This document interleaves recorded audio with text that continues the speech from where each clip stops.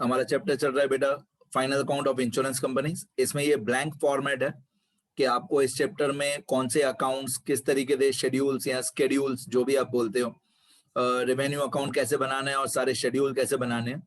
तो ये revenue account का एक ब्लैंक फॉर्मेट है। रेवेन्यू अकाउंट ऑफ जो भी इंश्योरेंस कंपनी का नाम हो, मैंने बहुत बार बताया आपको लास्ट वीडियो लेक्चर में भी कि इस चैप्टर में हम लोग एक इंश्योरेंस कंपनी है, हम लोग एक इंश्योरेंस कंपनी है। तो इंश्योरेंस कंपनी कौन से अकाउंट्स बनाती है, ये उसका एक ब्लैंक फॉर्मेट है। ये revenue account of dash dash insurance company for the year ending on dash dash, ठीक है। Particulars, schedule number, fire, marine, general insurance, ये हमारे 3 मेन डिपार्टमेंट होते हैं। किसी भी इंश्योरेंस कंपनी के 3 मेन डिपार्टमेंट होते हैं, फायर इंश्योरेंस, मरीन इंश्योरेंस और जनरल इंश्योरेंस।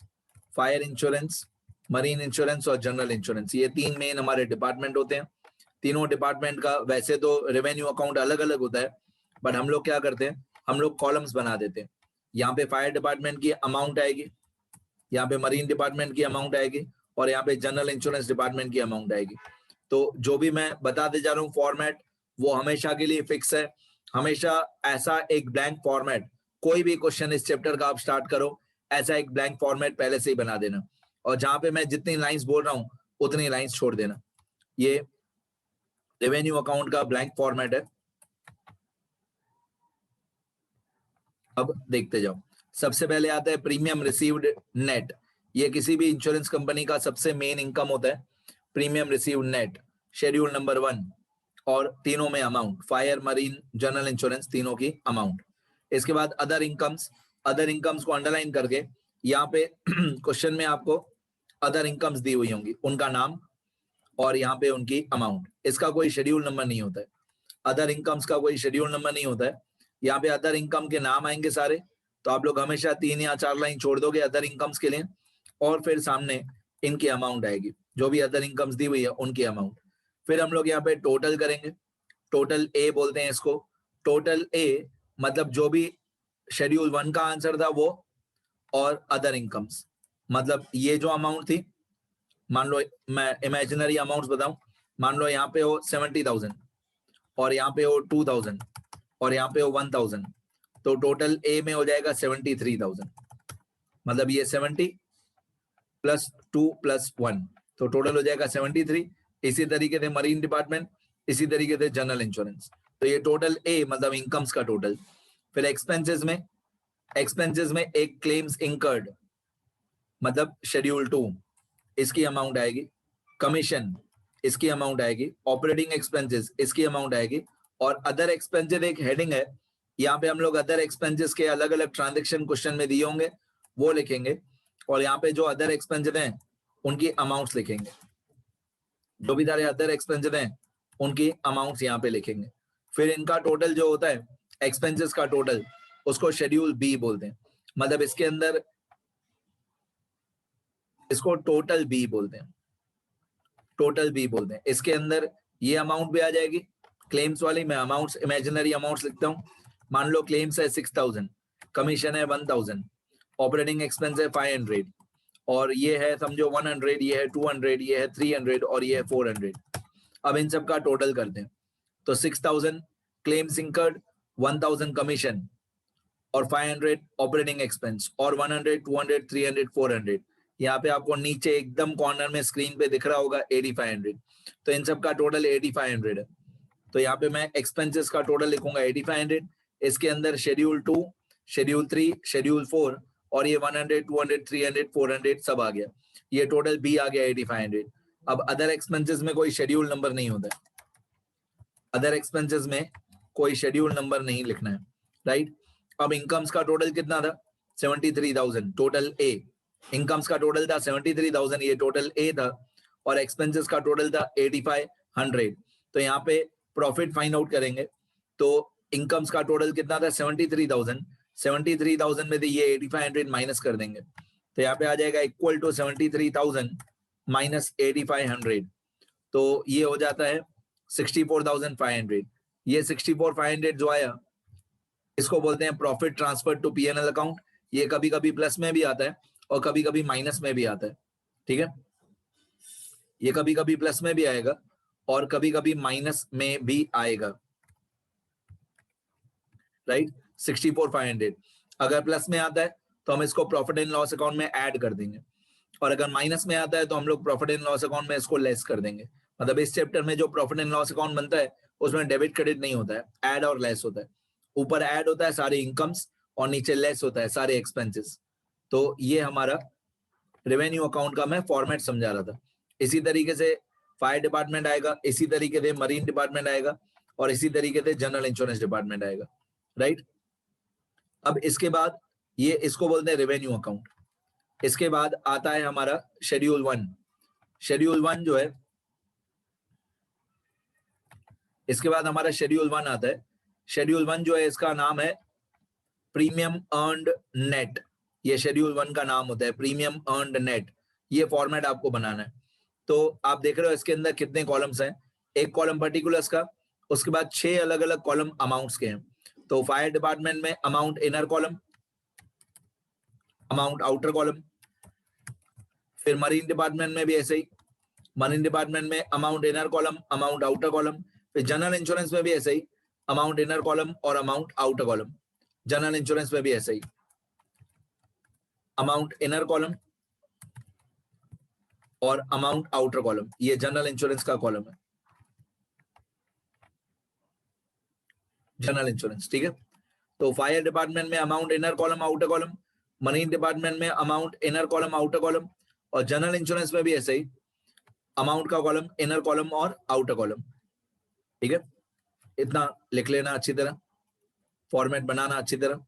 अब शेड्यूल 1 में सबसे पहले आता है प्रीमियम ऑन डायरेक्ट बिजनेस। और भी यहाँ पे बहुत सारी एंट्रीज आती हैं, बहुत सारी चीजें यहाँ पे ऐड और लेस होती है, लेकिन वो प्रैक्टिकल क्वेश्चंस के साथ बताऊंगा। फिलहाल आप क्या करोगे, जब भी ब्लैंक फॉर्मेट बनाओगे तो प्रीमियम ऑन डायरेक्ट बिजनेस लिख के 5 या 6 लाइन छोड़ दोगे। इसके बाद आता है नेट प्रीमियम। इसके बाद आता है नेट प्रीमियम। ये इस चैप्टर की बहुत इंपॉर्टेंट अमाउंट होती है नेट प्रीमियम। ये इस चैप्टर की बहुत इंपॉर्टेंट अमाउंट है नेट प्रीमियम। अब आप लोग क्या करोगे, पहले आपने लिखा premium earned on direct business. उसमें यहाँ पे बहुत सारी चीजें ऐड लेस होती है, मैं बता देता हूँ थोड़ा बहुत। हम लोगों ने 11th के जमाने से लेकर सीखा है कि प्रीमियम अगर आउटस्टैंडिंग हो तो प्लस होता है, प्री रिसीव्ड हो तो माइनस होता है, करंट ईयर का आउटस्टैंडिंग प्लस होता है, लास्ट ईयर का आउटस्टैंडिंग माइनस होता है। फिर बहुत सारे और भी टर्म्स आते हैं, प्रीमियम ऑन री इंश्योरेंस एक्सेप्टेड, प्रीमियम ऑन री इंश्योरेंस सीडेड। वो सब मैं धीरे धीरे बताऊंगा, वैसे अभी ओरली बता देता हूँ पर मीनिंग धीरे धीरे बताऊंगा। प्रीमियम ऑन री इंश्योरेंस एक्सेप्टेड ऐड होता है, ऐड प्रीमियम ऑन री इंश्योरेंस एक्सेप्टेड, ये ऐड होता है। और प्रीमियम ऑन री इंश्योरेंस सीडेड वो लेस होता है, प्रीमियम ऑन री इंश्योरेंस सीडेड। अब ये क्या होता है एक्सेप्टेड और सीडेड, ये सब मैं समझाऊंगा, बट अभी नहीं, अभी बहुत सारी चीजें और सॉल्व करना बाकी है। तो प्रीमियम ऑन डायरेक्ट बिजनेस ये हमारा मेन इनकम, एक्सेप्टेड वाला प्रीमियम प्लस होता है, सीडेड वाला प्रीमियम माइनस होता है। क्यों एक्सेप्टेड वाला प्लस होता है, क्यों सीडेड वाला माइनस होता है, वो सब मैं सिखाऊंगा। अब यहाँ पे प्लस माइनस करने के बाद जो आंसर आएगा उसको बोलते हैं नेट प्रीमियम। और ये नेट प्रीमियम बहुत इंपॉर्टेंट अमाउंट होती है। ये नेट प्रीमियम यहाँ पे आएगा आउटर कॉलम में, ये फायर का आउटर कॉलम, ये मरीन का आउटर कॉलम, और ये जनरल इंश्योरेंस का आउटर कॉलम, ठीक है। और भी यहाँ पे प्रीमियम में चीजें आती है, अगर आउटस्टैंडिंग ऑफ करंट ईयर हो तो plus, outstanding of last year हो तो माइनस। इसके बाद आता है ऐड दोनों opening reserve, add opening reserve for unexpected risk, और ये भी ऐड ओपनिंग एडिशनल रिजर्व। ये दोनों क्या होते हैं, मीनिंग वगैरह सब बाद में, नंबर्स आएंगे, अमाउंट्स आएंगे तो मैं प्रैक्टिकल मीनिंग भी बता दूंगा। और उसी तरीके से दोनों क्लोथिंग वाले रिजर्व लेस, दोनों ओपनिंग वाले रिजर्व्स ऐड होते हैं, दोनों क्लोथिंग वाले रिजर्व्स लेस होते हैं। तो less clothing reserve for unexpected risk, clothing less clothing additional reserve. तो मैं ऐसे याद करता हूँ, ओपनिंग वाले दोनों ऐड, क्लोथिंग वाले दोनों लेस। तो मैं बता दूं कौन सी अमाउंट कहाँ पे आएगी। ये जो फायर का इनर कॉलम है, ये फायर डिपार्टमेंट का इनर कॉलम है, ये इनर कॉलम, ये इनर कॉलम, और इन दोनों का टोटल करके आउटर कॉलम, इन दोनों का टोटल करके आउटर कॉलम। इसी तरीके से क्लोथिंग में पहले इनर कॉलम और दोनों का टोटल करके आउटर कॉलम, अब क्या होगा, मान लो सपोज करो मैं अमाउंट्स बताऊं, इमेजिनरी अमाउंट्स। सपोज करो ये जो नेट प्रीमियम है ये वाला, मान लो नेट प्रीमियम यहाँ पे हमने लिखा था प्रीमियम, ये रहा 70,000। अच्छा, इसके बेस पे मैं बताऊं,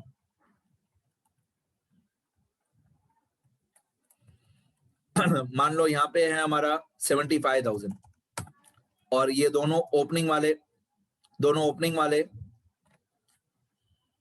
5,000 और दोनों क्लोजिंग वाले 10,000, मतलब दोनों ओपनिंग वालों का टोटल 5,000, दोनों ओपनिंग वालों, सपोज ये इमेजिनरी अमाउंट्स है, सपोज दोनों जो ओपनिंग वाले हैं उन दोनों का टोटल 5,000 और दोनों जो क्लोजिंग वाले हैं उन दोनों का टोटल 10,000।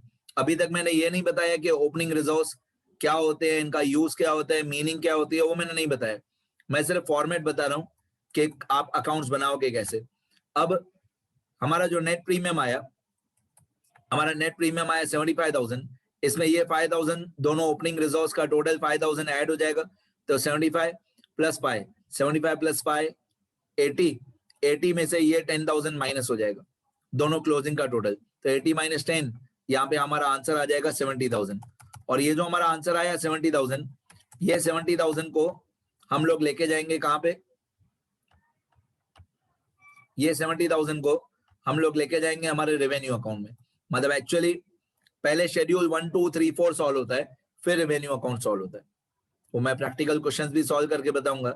ये जो शेड्यूल 1 का आंसर आया 70,000, यही 70,000 ऊपर रेवेन्यू अकाउंट में लिखा हुआ है, ये रहा 70,000 marine department, sorry fire insurance department में 70,000। मतलब एक्चुअली पहले शेड्यूल 1 सॉल्व होता है, फिर शेड्यूल 1 का जो आंसर आता है वो हम लोग यहाँ पे रेवेन्यू अकाउंट में लिखते हैं। शेड्यूल 1 का आंसर शेड्यूल 1 के सामने, शेड्यूल 2 का आंसर शेड्यूल 2 के सामने, 3 का आंसर 3 के सामने, ऑब्वियसली 4 का आंसर 4 के सामने, बट पहले चारों शेड्यूल सॉल्व होते हैं, उसके बाद रेवेन्यू अकाउंट सॉल्व होता है। चलो, लिखना ऐसा ही है, लिखने में पहले रेवेन्यू अकाउंट ही आएगा, लिखने में शेड्यूल्स पीछे ही आएंगे, लेकिन जब हम बैलेंसिंग करेंगे, बैलेंसिंग करते टाइम पहले शेड्यूल 1 2 3 4 बैलेंस होगा, फिर रेवेन्यू अकाउंट बैलेंस होगा। अब जैसे मैंने आपको ये शेड्यूल 1 बताया फायर डिपार्टमेंट, उसी तरीके से मरीन डिपार्टमेंट, उसी तरीके से जनरल इंश्योरेंस डिपार्टमेंट, तरीका सेम ही होता है, एंट्रीज सेम ही होती हैं, सिर्फ अमाउंट्स अलग अलग होती है। ठीक है, इसके बाद हमारा एक शेड्यूल है, कौन सा, क्लेम्स इंकर्ड। ये हमारा शेड्यूल 2 क्लेम्स इंकर्ड।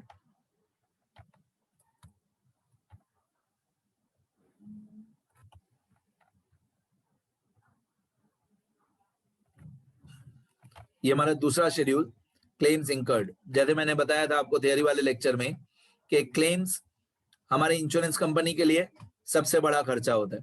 सबसे बड़ी इनकम कौन सी होती है, प्रीमियम, किसी भी इंश्योरेंस कंपनी के लिए, हमारी इंश्योरेंस कंपनी के लिए भी, इस चैप्टर में हम इंश्योरेंस कंपनी है तो हमारी सबसे बड़ी इनकम होगी प्रीमियम और सबसे बड़ा एक्सपेंस होगा क्लेम। ये शेड्यूल 2 होता है, इसमें भी क्या प्लस माइनस होगा सब मैं बताऊंगा। इसके बाद आता है शेड्यूल 3। शेड्यूल 3 हमारा कमीशन, ये भी हमारा एक्सपेंस होता है। शेड्यूल 3 कमीशन, ये हमारा एक्सपेंस होता है।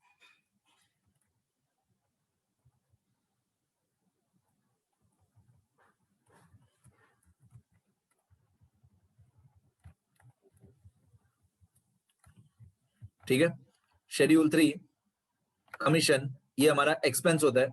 इसमें भी तीनों कॉलम बनाए हुए हैं, फायर, मरीन और जनरल इंश्योरेंस। ठीक है, अब इसमें भी क्या प्लस माइनस होगा, कौन सी एंट्री आएंगी मैं बताऊंगा। इसके बाद शेड्यूल 4 ऑपरेटिंग एक्सपेंसेस।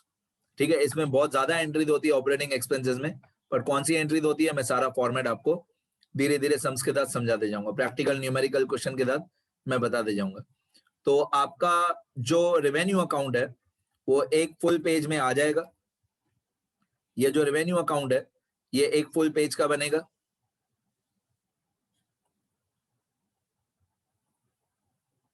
ये थियरी वाले पेजेस में फॉर्मेट बनाना सारे ब्लैंक फॉर्मेट्स।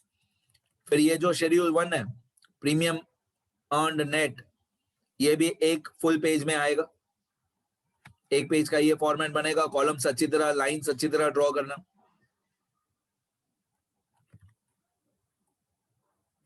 ये भी फुल पेज लग जाएगा इसमें।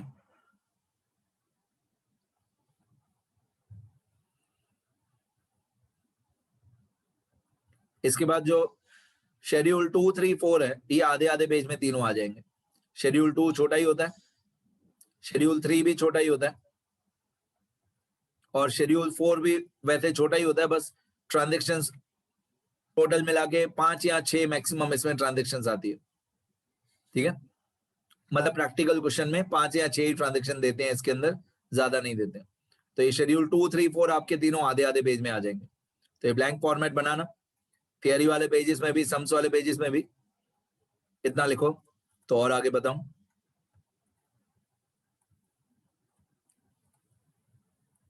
कोई भी चैप्टर सीखना हो, कोई भी डाउट हो, कुछ भी रिवाइज करना हो, एनीथिंग, ये मेरा नंबर है। ठीक है, फोन कॉल नंबर भी यही है, SMS नंबर भी यही है, व्हाट्सएप नंबर भी यही है। कभी भी मेरे को कुछ भी पूछना हो, ये नंबर है मेरा। ठीक है, देखो अच्छी तरह।